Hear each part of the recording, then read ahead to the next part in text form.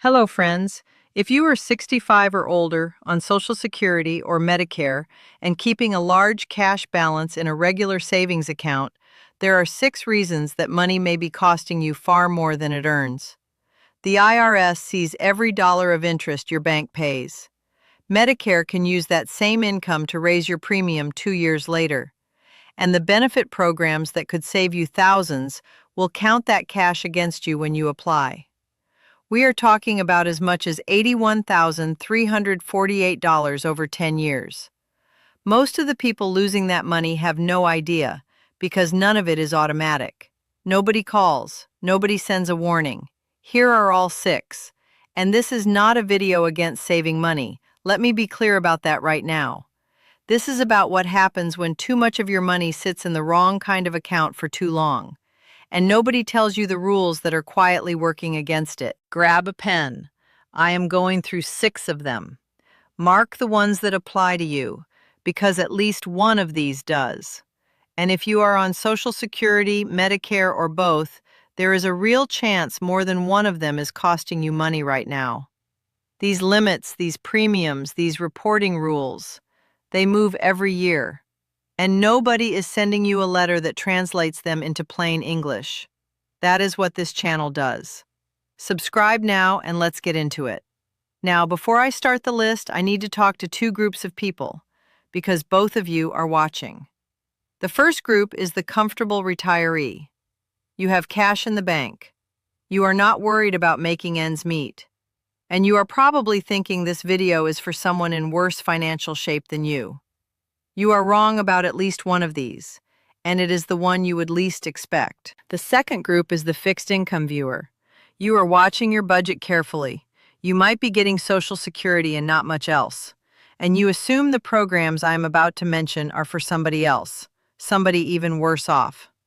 You are also wrong, and the one that catches you is going to be a number you have never seen before. On every single item, I will tell you exactly which group it helps most.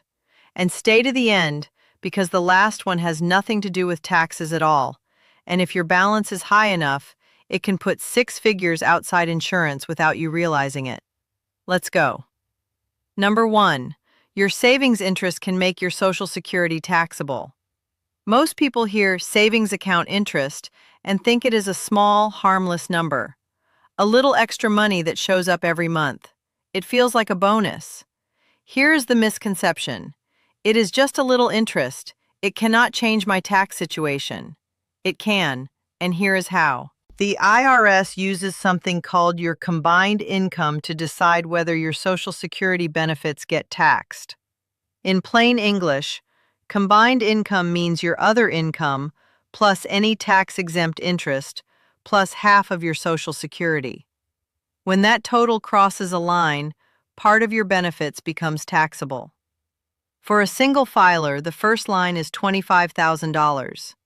Between $25,000 and $34,000, up to 50% of your Social Security can be taxed. Above $34,000, up to 85% can be taxed. For married couples filing jointly, those lines are $32,000 and $44,000. And those thresholds are not adjusted for inflation. They have been the same for years. Now do the math with me. Say you have $50,000 sitting in a high-yield savings account earning 4 to 5%. That is $2,000 to $2,500 a year in interest.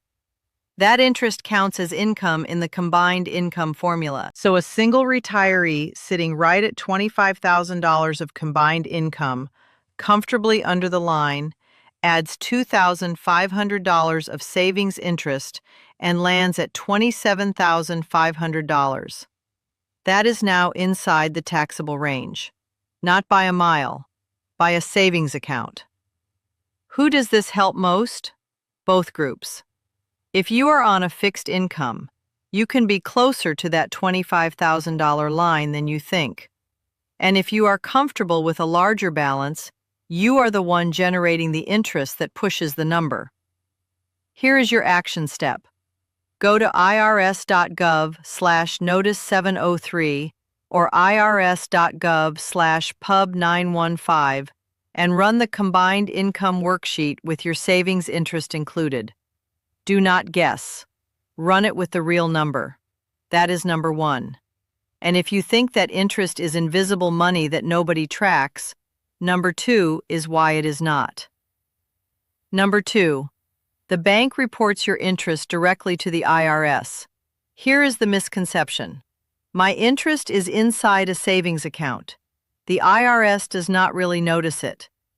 They notice it before you do. If your savings account pays at least $10 in interest during the year, your bank files a Form 1099-INT.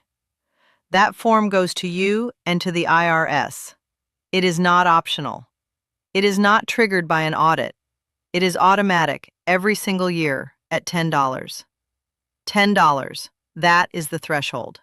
Now, if your total taxable interest for the year goes over $1,500, you also have to file Schedule B with your tax return. That is an additional form the IRS expects to see. Go back to our $50,000 example. At 5%, that is $2,500 of interest. That is 250 times past the 1099-INT reporting line. It is $1,000 above the Schedule B threshold. That is not hidden money. That is documented money, reported by name, reported by Social Security number, sitting on a form at the IRS before you even open your tax software. This is not a crackdown. This is not the IRS targeting seniors. This is routine reporting that has been in place for years. But it matters because it connects directly to every other item on this list. The interest is not theoretical. It is on paper. Who does this help most? Both groups. The reporting rules do not care whether you feel rich or stretched. If the interest hits $10, the form gets filed. Here is your action step. Gather every 1099-INT from every bank or credit union where you earned interest. Then check whether your total crosses the $1,500 Schedule B line. You can find the details at irs.gov/form 1099INT and irs.gov/Schedule B. That is number two. Now the picture changes because that same income number can come back on your Medicare premium. Number three, the same income can raise your Medicare bill. Up to now, this has sounded like a tax problem. It gets more expensive than that because the next number does not come from the IRS. It shows up on your Medicare bill. I need you to hear this one carefully.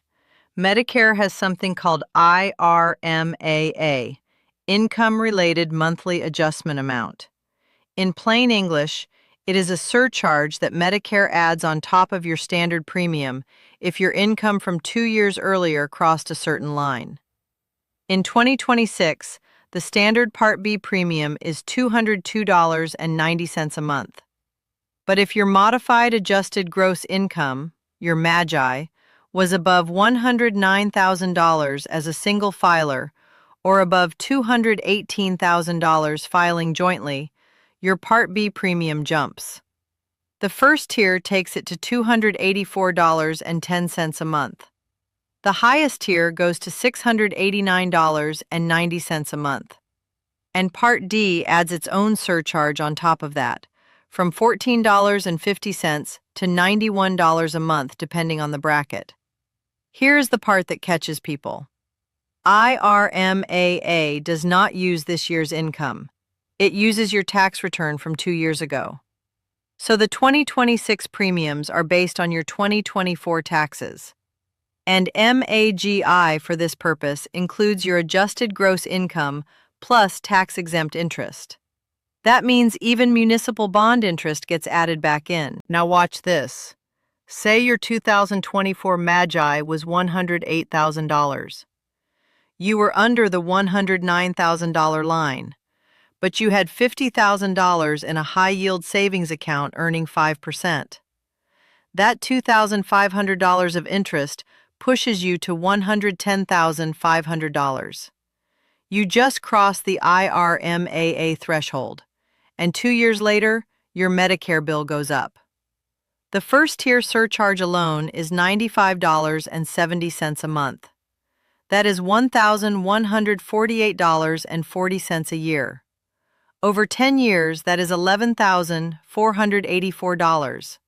And that is just the first bracket. Who does this help most? This is the surprise for the comfortable retiree. You assumed IRMAA warnings were for higher earners than you. But a bank-heavy income mix can trip this line at income levels that do not feel high at all. Let me tell you about a woman I heard from who had exactly this problem. Her name is Sandra. She is 69, lives outside Tulsa, retired payroll clerk. She had about $50,000 in a high-yield savings account. She was already near the single-filer IRMA line, and about $2,300 to $2,500 of extra savings interest was enough to push her over the 2026 threshold of $109,000 based on her 2024 tax year. She did not realize it until the premium notice arrived. Here is what she did. She had a qualifying life-changing event, full retirement and lower current income. So she filed Form SSA 44 with the Social Security Administration and asked them to use her more recent, lower income instead of the old tax return. The result? She avoided the first-tier IRMA surcharge. That was $81.20 in extra Part B cost, plus $14.50 in Part D cost. $95.70 a month she did not have to pay. That is $1,148.40 a year. This is not automatic. Nobody calls you when your income crosses the line. Nobody tells you the form exists. The surcharge just shows up and it keeps arriving until you act. Here is your action step. Compare your 2024 MAGI to the 2026 IRMAA thresholds. If your income truly dropped because of a life-changing event, retirement, death of a spouse, divorce, work reduction, go to ssa.gov/Medicare/lower-IRMAA or call 1-800-772-1213. Use the exact words, "I want to lower my Medicare income-related monthly adjustment amount due to a life-changing event." And know this, you have 60 days from receipt of the IRMAA determination notice to request reconsideration.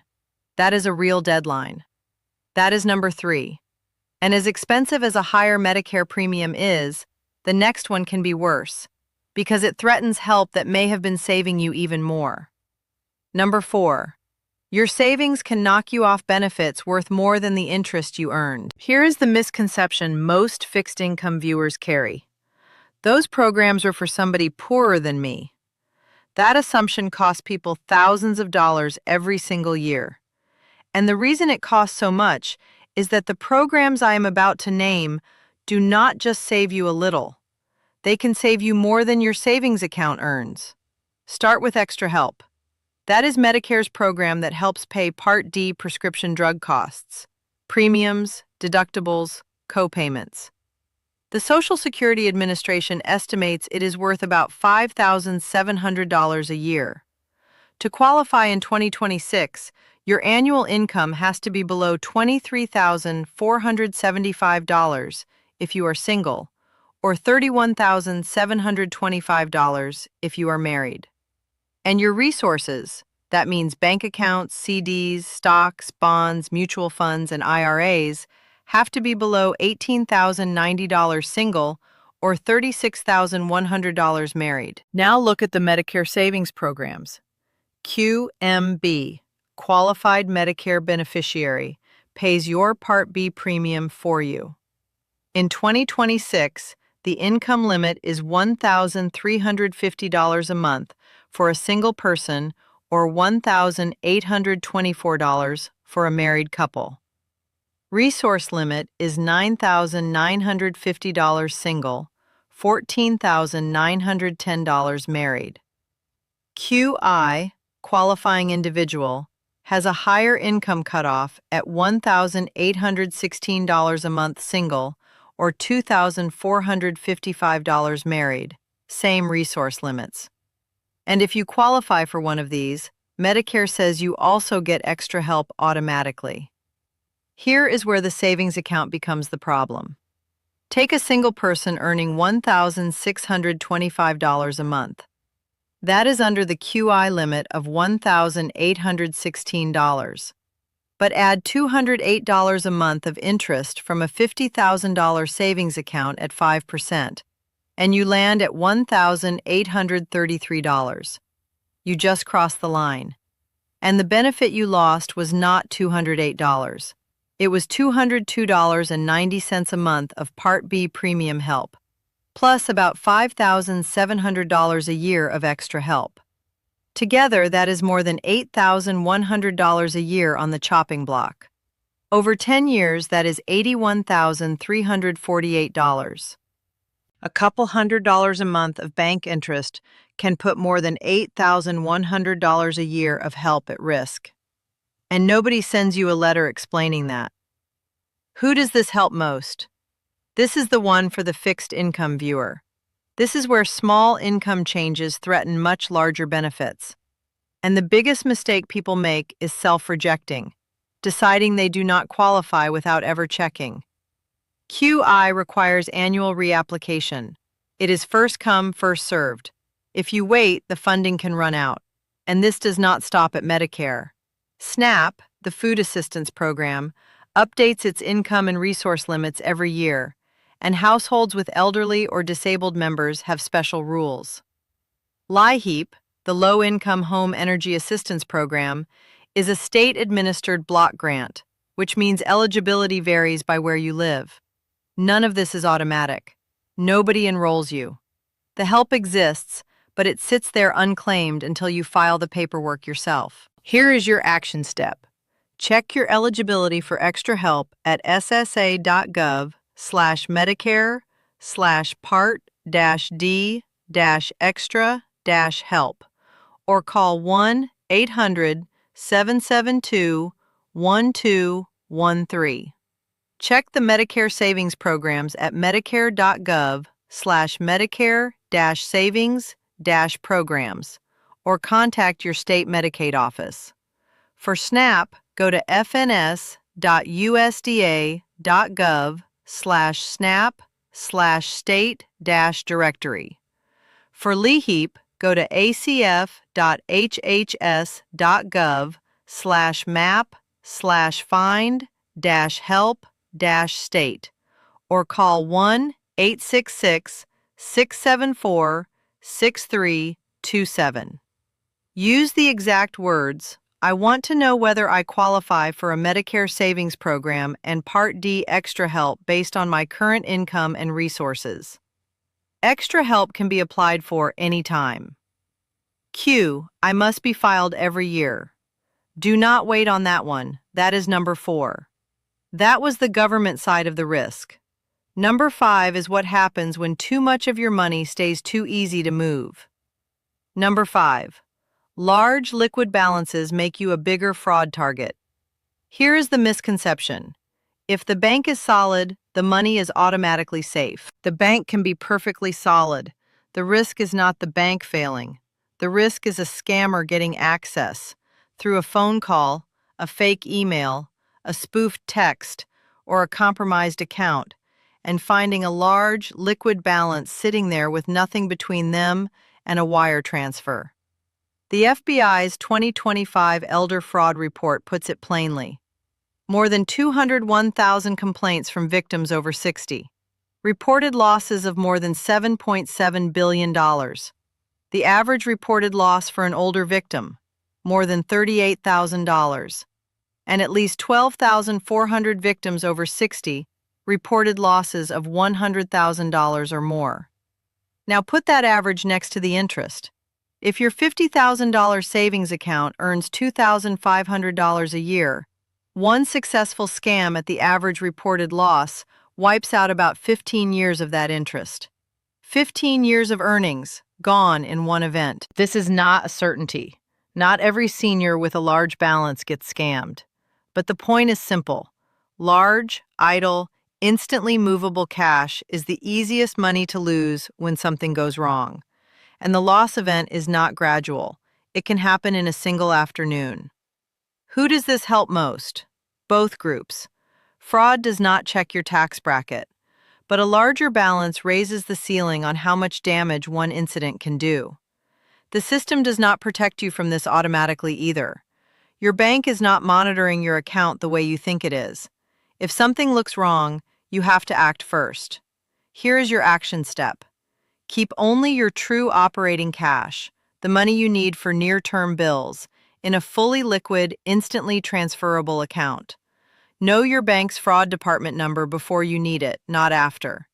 If you see suspicious activity, call the bank immediately and stop outgoing transfers.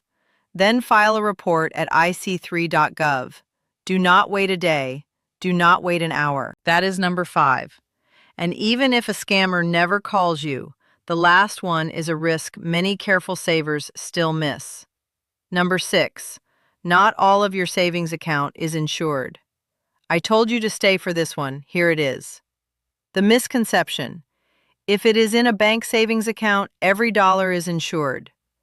That is only true up to a point, and the point has a number.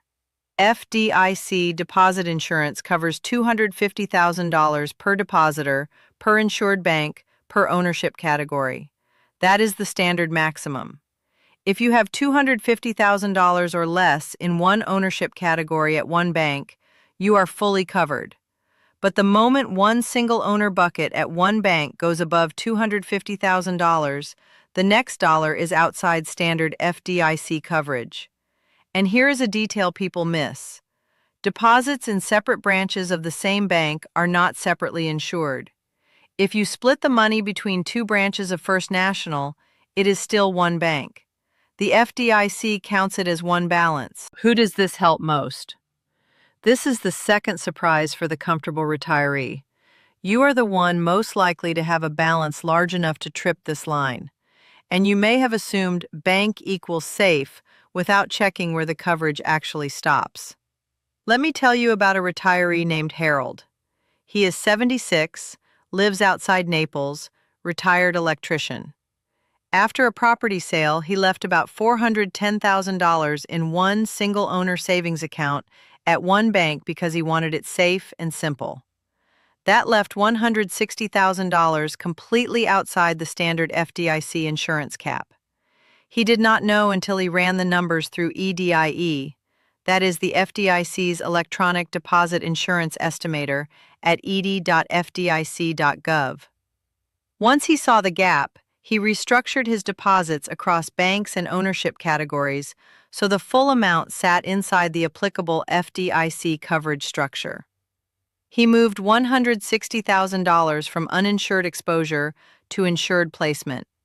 One tool, one afternoon, $160,000 protected. Now I should be clear about one thing.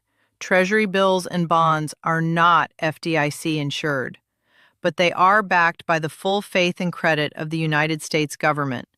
That is a different kind of protection, not a lesser one. The FDIC covers deposit accounts only, not stocks, not bond funds, not mutual funds, not annuities, not crypto. Here is your action step. Go to ed.fdic.gov and run your account structure through the estimator. If any single owner balance at any one bank is above $250,000, you have uninsured money. You can also call 1-877-275-3342. That is 1-877-ASK-FDIC. Use the exact words, "I want to verify exactly how much of my deposits at this bank is insured under my current ownership setup." That is number 6. So here's the full picture. The savings interest that can push your Social Security into the taxable range. Run the worksheet. The 1099-INT that proves the IRS sees every dollar of that interest. Gather the forms. The Medicare surcharge that can show up 2 years later based on income you have already forgotten about. Check the thresholds and file SSA 44 if you qualify. The benefit cliffs that can cost you more than $8,100 a year in help you never applied for. One application. The fraud risk that can erase 15 years of interest in a single afternoon. Know the number before you need it. And the FDIC cap that leaves excess deposits uninsured the moment you cross $250,000 at one bank. Run EDIE. 6 problems. Every one of them fixable. Not one of them fixed for you. The IRS does not ignore bank interest. Medicare does not ignore higher MAGI. Your state does not automatically protect a benefit you never applied for. A scammer does not need permission to empty an easy target. And the FDIC does not insure dollars beyond the limit just because you assumed it did. Being legally protected and actually being protected are two different things. The gap between them is information. Now, I want you to think of one person, a parent, an aunt, a church friend, a neighbor over 65 who proudly says, "I just keep it all in savings." Share this with them. Not because they are reckless, because the safest looking choice can quietly create tax problems, benefit problems, fraud exposure, and insurance gaps that nobody explains until it is too late. Subscribe, share this with someone you know who is over 65 and keeping a large balance in a regular savings account, and I'll see you in the next one.